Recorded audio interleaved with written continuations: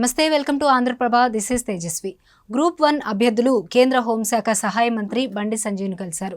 Group 1 mains పరీక్షల కోసం prelims నుండి 1:100 చొప్పున ఎంపిక చేసేలా చూడాలని నిరుద్యోగులు ఆయన్ను కోరారు. గత 4 ఏళ్లలో 3 సార్లు గ్రూప్ 1 పరీక్షలను రద్దు చేయడం వల్ల నిరుద్యోగులకు తీవ్ర నష్టం జరిగిందని వారు మంత్రి ఎదుట ఆందోళన వ్యక్తం చేశారు.